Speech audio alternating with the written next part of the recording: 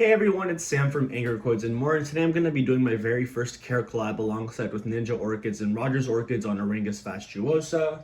Before we get into the video, I just want to briefly talk about what a care collab is. It's just a group of plant YouTubers coming together and talking about the same orchid on the same day, talking about their culture and how their culture might vary depending on their different environments and grow environments as well. And so that just helps you get a better idea of how to better take care of your plant depending on where you live. I grow in Southern California, so my climate is generally warm. I have a pretty high humidity because I grow indoors with a humidifier. And yeah, before we get into the video, I just want to also say please subscribe, ring the notification bell, and like the video. Thank you so much. Alright, so a little bit about my Aerangis fastuosa. I got mine from Hauserman's Orchids a couple months ago in a seedling haul I did.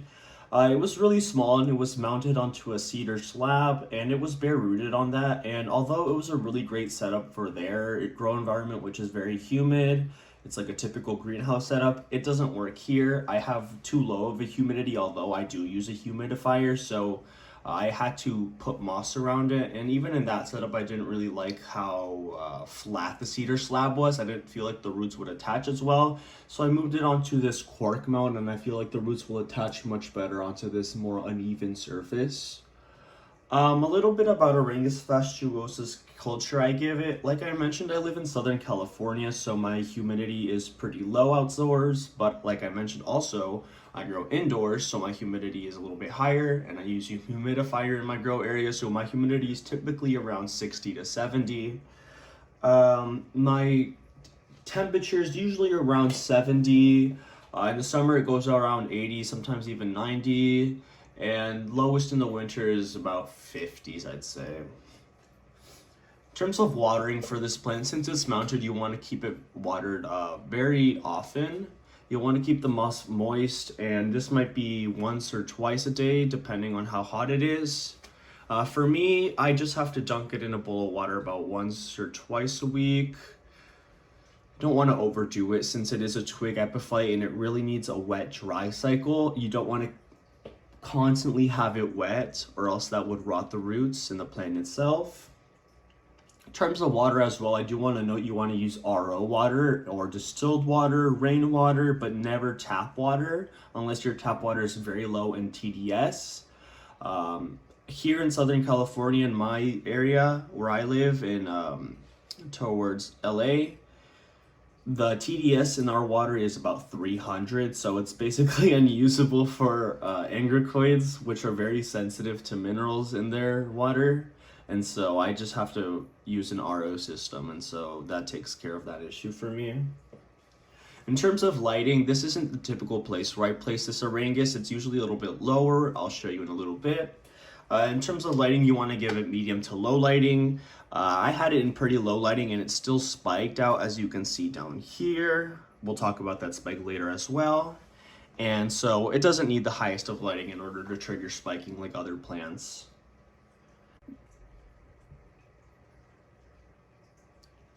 Another thing I want to note is about growing this plant potted. It is possible, although it is difficult since the spikes do emerge from underneath the plant and don't grow very long unlike other Aerangis.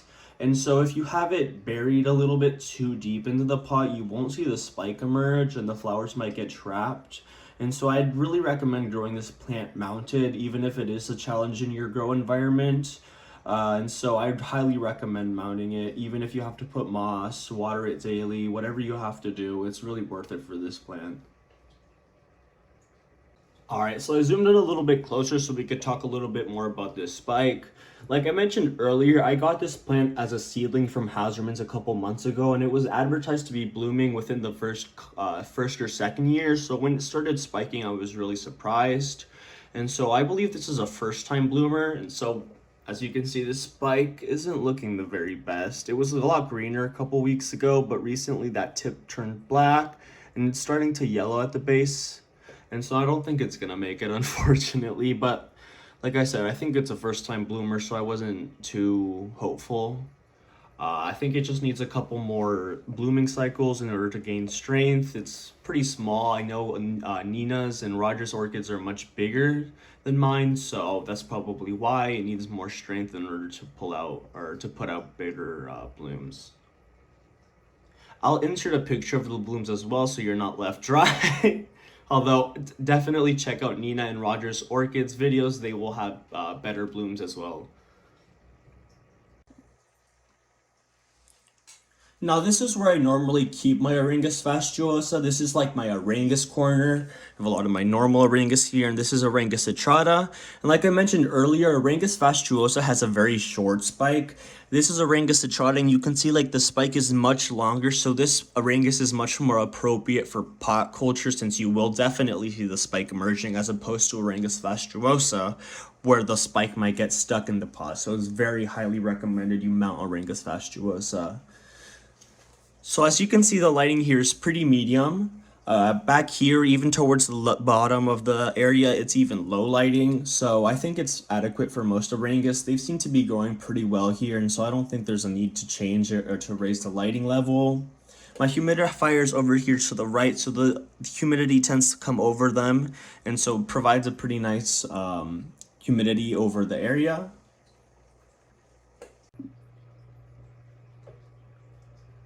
I wanted to talk a little bit about fertilizer for this Aerangis fastuosa. Like most angerquid, you definitely don't want to overdo the fertilizer. They're very sensitive in their roots to minerals, so if you overdo the fertilizer, you're definitely going to burn the roots and you'll have to wait a couple months for new roots to be put out.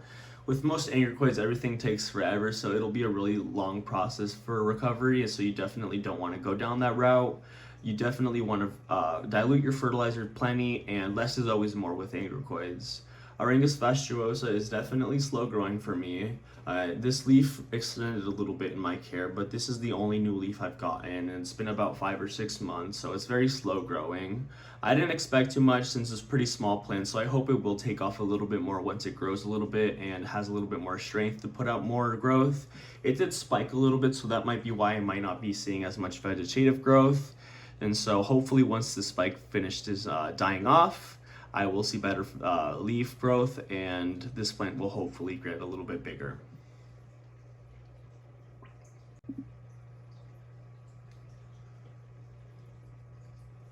Now, Aerangis fastuosa is a really gorgeous little twig epiphyte from Madagascar that I highly recommend anyone add to their angerquid collection.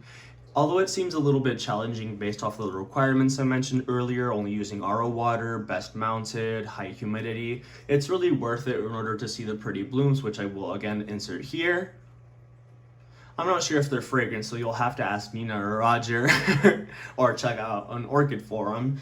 But I will hopefully be seeing blooms in the coming year, so I will definitely update you all if I do get those.